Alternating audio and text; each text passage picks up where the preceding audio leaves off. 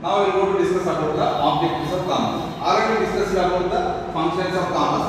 Now we will go to discuss about the objectives of commerce. Objectives of commerce is nothing but మనకి commerce యొక్క చేయాలంటే వాణిజ్యం యొక్క ధ్యేయము. ఏమి వాణిజ్యం యొక్క ధ్యేయము అంటే ఇక్కడ కొన్ని 10 పాయింట్లు ఉన్నాయి. ఈ 10 పాయింట్లు ఉన్నప్పుడే వ్యాపారాన్ని కానీ వాణిజ్యాన్ని కానీ కొనసాగిస్తున్నప్పుడు కొన్ని ధ్యేయాలతో వ్యాపారాన్ని వాణిజ్యాన్ని కొనసాగిస్తూ ఉంటారు. కాబట్టి కొన్ని వ్యాపారాన్ని వాణిజ్యాన్ని కొనసాగించాలి అంటే ఏ ధ్యేయముతో పనిచేస్తున్నారు అన్న పాయింట్ మనం గమనించినట్లయితే ఇక్కడ first of all we have to go for discussing about the objectives of commerce. Objective of commerce, the first one is that facilitating of exchange. Facilitating of exchange. Facilitating of exchange అంటే మనము మారకానికి సంబంధించిన సదుపాయాన్ని కల్పించడము. Facilitating of exchange అంటే that especially in the commerce which is to be concerned with the sales and purchases, and also we have to exchange the goods and services in between of the buyers and sellers. In between of the buyers and sellers అంటే వ్యాపారం నిర్వహించేవాడు వ్యాపారస్తుల మధ్య కొనుగోలుదారుల అమ్మకందారుల మధ్య మారక వస్తువుల యొక్క మారకము వస్తువుల యొక్క సేవలు మారకం జరిగినప్పుడే ఆ యొక్క ఉద్దేశాన్ని మనం గమనిస్తున్నాం. Because of that, the facilitating of exchange means especially when the consumer or the seller or any of the buyer or any of the business people, they have to go for exchange of the products and services in between the both of the buyers and sellers. That is the main important objective of the commerce. Okay. The second one is that it's a meeting consumer needs. Meeting consumer needs. Meet the consumer needs. That means the consumer needs means the what they want the society, what they want the consumers. The what the products are to be they are giving the priority of by the consumers. We have to, when we are doing the business or any of the people are doing the business, they must be concentrate on the consumer wants or they must be concentrate on consumer needs. అంటే దాని అర్థం ఏంటంటే ఎవరైతే వ్యాపారం నిర్వహిస్తున్నారో ఆ వ్యాపారం నిర్వహించే వ్యక్తి కన్స్యూమర్ యొక్క అవసరాలు, కన్స్యూమర్ కి కావాల్సిన ప్రొడక్ట్స్, కన్స్యూమర్ వినియోగదారునికి కావాల్సిన అవసరాలు ఏవైతే ఉన్నాయో వాటిని గమనించి వాటికి తగ్గట్టుగానే ఆ వస్తువులను సప్లై చేయాలన్నమాట. అలా వస్తువులను సప్లై చేసినప్పుడే ఆ యొక్క వస్తువులకు సంబంధించిన అంటే వినియోగదారులకు సంబంధించిన అవసరాలు కావచ్చు, కోరికలు కావచ్చు, వారి యొక్క కావాల్సిన వస్తువులను కానీ మనం అమ్మకాలు జరగడం జరుగుతుంది అనమాట. దాన్ని మీటింగ్ కన్స్యూమర్ నీడ్స్ అని అంటాము. Meet the consumer needs. The consumer needs is one of the main important for the business people. The who the person are to be maintained by any business or any of the commerce, they must be think about the consumer needs. Okay, they must be think the consumer needs and they must be think about the consumer wants and they must be what they want the consumer. They have to analyze. Okay, the analysis is very important for the business people and also the commerce. The next is that promoting of specialization.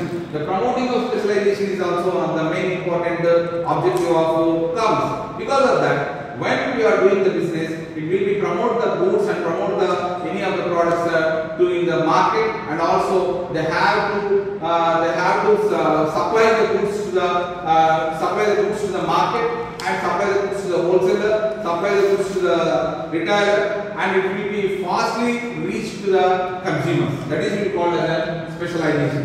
The promoting of specialization. For example, we have to take the industry.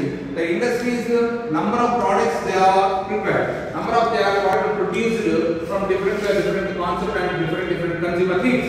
Okay, then the commerce will be takes a place to promoting of the specialization of that products.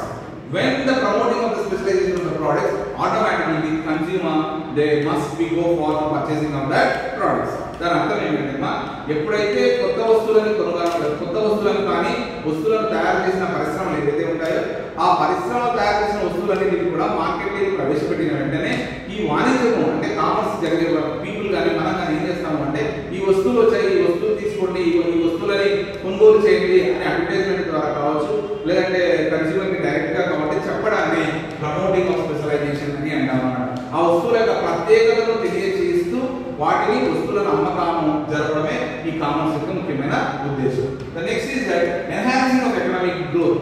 The enhancing of economic growth is one of the main important. When the commerce main important motive objective, that is it is enhancing economic growth. అంటే ఆర్థికంగా మనకి అభివృద్ధి చేయడం, ఆర్థికంగా అభివృద్ధి చేయడానికి అవకాశము కల్పించడం. It is enhancing of economic growth అని అంటే ఇప్పుడు వ్యాపారం అంటే ఇప్పుడు ఫర్ ఎగ్జాంపుల్ మనం తీసుకున్నట్లయితే ఈ వ్యాపారం, ఈ వాణిజ్యం ఇలాంటివన్నింటినీ కూడా ఆర్థికంగా మన దేశం బలపరచడానికి, ఆర్థికంగా అభివృద్ధి కావడానికి ఉపయోగపడుతుంది. అందుకే దీన్ని కామర్స్ ముఖ్యమైన ధ్యేయం ఏమంటున్నామంటే ఎకనామిక్స్ ఆఫ్ ఎకనామిక్ గ్రోత్, అంటే ఆర్థికంగా అభివృద్ధి చేయడానికి ఈ కామర్స్ అనేది మనకు ఉపయోగపడుతుంది.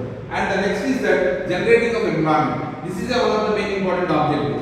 ఏదైతే కామర్స్ నిర్వహిస్తున్నామో, బిజినెస్ అనేది నిర్వహిస్తున్నామో, ఇండస్ట్రీలు ఎస్టాబ్లిష్ చేస్తున్నామో, ఎప్పుడైతే ఇండస్ట్రియల్ ఎస్టాబ్లిష్మెంట్ కావచ్చు, బిజినెస్ ఆర్గనైజేషన్ ఎస్టాబ్లిష్ చేసి కావచ్చు, సూపర్ మార్కెట్ పెట్టడం కావచ్చు, ఇవన్నీ కూడా these are all related with the commerce only. These are all related with the commerce only. These are all related with the commerce and these are all will be to generate the employment. ఇవన్నీ కూడా ఉద్యోగ అవకాశం కల్పించే విధంగా ఉంటాయి అన్నమాట. అంతే కదా. ఫర్ ఎగ్జాంపుల్ మీ ఊళ్ళో ఒక సూపర్ మార్కెట్ పెట్టినారు, అది కామర్స్ కి సంబంధించిన ఒక సంస్థ. సూపర్ మార్కెట్ పెట్టిన ఒక 20 మంది యూత్ ఖచ్చితంగా పోయి ఉద్యోగాలు అడుగుతారు. ఎందుకంటే దాని సేల్స్ బాధ్యత కావచ్చు, సేల్స్ గర్ల్ కావచ్చు, ఏదైనా కావచ్చు. అంటే ప్రతి దాన్ని కూడా వ్యాపారం ఎప్పుడైతే కామర్స్ అనే ఈ ఆబ్జెక్టివ్ లో మనం కామర్స్ గమనించినట్లయితే ఆటోమేటిక్ గా ఎంప్లాయ్మెంట్ అనేది చేయడానికి అవకాశం ఉంటుంది అన్నమాట. అందుకే ప్రతి ఎక్కడైతే బిజినెస్ డెవలప్మెంట్ ఉందో అక్కడ ఉద్యోగ అవకాశాలు కూడా ఎక్కువగా ఉంటాయి. మీరు గమనించండి. కాబట్టి ఫర్ ఎగ్జాంపుల్ చాలా మంది మనం హైదరాబాద్, బెంగళూరు ఎందుకు పోతున్నాము? ఉద్యోగాల కోసం. ఎక్కడ ఉద్యోగాలు? కంపెనీలో ఉద్యోగాల కోసం.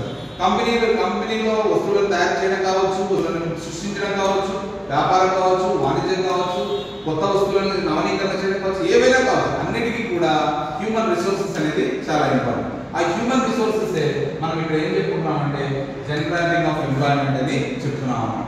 Next is that encouraging of innovation. Commerce ఎప్పుడు కూడా కొత్త వస్తువులని, కొత్త పద్ధతులని, కొత్త వాటిని తయారు చేయడానికి ఎంకరేజ్ చేస్తుంది అన్నమాట. అంతే కదా. ఇప్పుడు పాతకాలం నుంచి ఒకటే పద్ధతిని ఫాలో కావడం వ్యాపారంలో రకరకాల మార్పులు వస్తున్నాయి. Because of that, the commerce is one of the main important for the encouraging of innovations of new products. Okay. Then next is the resource allocation. Resource allocation means, especially ఇప్పుడు for example ఒక product ని produce చేయాలి అంటే వనరులు అనేవి అవసరం. It is financial కావచ్చు, raw material కావచ్చు, ఏదైనా కావచ్చు అన్నమాట. These are all will be connected with the different resources that will be allocated in particular place and it will be developed and it will be going to be produce of the new products. కొత్త వస్తువులను తయారు చేయడానికి కావాల్సిన వనరులను సమీకరించుకోవడానికి commerce అనేది ఉపయోగపడుతుంది. And also the promoting of global cooperation. Global cooperation అంటే ప్రపంచవ్యాప్తంగా సహాయ సహకారాలు అభివృద్ధి చెందడానికి కూడా ఈ కామర్స్ అనేది ఉపయోగపడుతుంది అని అంటారు. అంటే దట్స్ ఎప్పుడైతే వస్తువులు, వాణిజ్యం ఇవన్నీ తయారు చేస్తున్నామో ఆటోమేటిక్ గా తయారు చేసిన వస్తువులని మనం ఎక్స్పోర్ట్ కావచ్చు, ఇంపోర్ట్ కావచ్చు, ఇంపోర్ట్ ట్రేడ్ కావచ్చు, ఇలాంటి ట్రేడ్స్ అన్నిటిని మనం కనెక్ట్ చేసాం. ఇలాంటి ట్రేడ్స్ అన్నిటిని కనెక్ట్ అయి ఉన్నాము అంటే automatically we have to develop our promoting global cooperation. The next is that reducing regional disputes, reducing regional disparities అంటారు. Disparities అంటే ఏమంటే సామాజిక అసమానతను తొలగించడం. సామాజిక అసమానత ప్రతి ప్రదేశం కూడా వ్యాపారం ద్వారా అభివృద్ధి చెందిందనుకో ఆటోమేటిక్ గా ఆర్థిక అసమానతలతో తగ్గిపోతాయి. ఆర్థిక అసమానతలతో పాటు సామాజిక అసమానతలు తగ్గిపోతాయి అన్నమాట. అంటే లోకల్ రేట్ ఫర్ ఎగ్జాంపుల్ ఈ ఆలూరులో ఒక కొన్ని పెద్ద ఇండస్ట్రీలు ఏర్పాటు చేసామనుకో ఆటోమేటిక్ గా మనకి ఏమవుతుంది, అక్కడ ఆటోమేటిక్ గా ఏరియా డెవలప్ అవుతుంది. అదే పదకొండ ప్రాంతాలు, మన రాయలసీమ ప్రాంతాలు, మన కొన్ని ప్రాంతాలు, ఆ ప్రాంతాలలో ఎక్కువ శాతము వ్యాపారం అభివృద్ధి చెందాలి అంటే ఫస్ట్ ఏం చేయాలా? అక్కడ ఇండస్ట్రియల్ ఎస్టాబ్లిష్ చేయాలి. ఇండస్ట్రియల్ ఎస్టాబ్లిష్ అయిందనుకోండి మనం వేరే ప్రాంతాలకి, వేరే కర్ణాటక, తమిళనాడు ఇలాంటి ప్రాంతాలకు పోవాల్సిన అవసరం లేదు. కాబట్టి ఎప్పుడైతే ఈ అభివృద్ధి అనేది ప్రాంతీయంగా జరుగుతుందో ప్రాంతీయ అసమానతలు తగ్గిపోతుంది. అసమానతలు తగ్గి ఆ వ్యాపారం అభివృద్ధి కావడానికి అవకాశం ఉంటుంది. దానికి సంబంధించిన పాయింటే ఈ reducing of the regional disparities. Last one, generating of government revenue. The commerce యొక్క లాస్ట్ యొక్క మెయిన్ ఇంపార్టెంట్ ఆబ్జెక్టివ్ ఈ గవర్నమెంట్ రెవెన్యూ పెంచుతుంది. ఎప్పుడైతే వస్తువులను తయారు చేస్తున్నామో consumers they want to be purchasing of the products, automatically we have to pay the taxes. When we have to pay the taxes to the that will be generate the government revenue.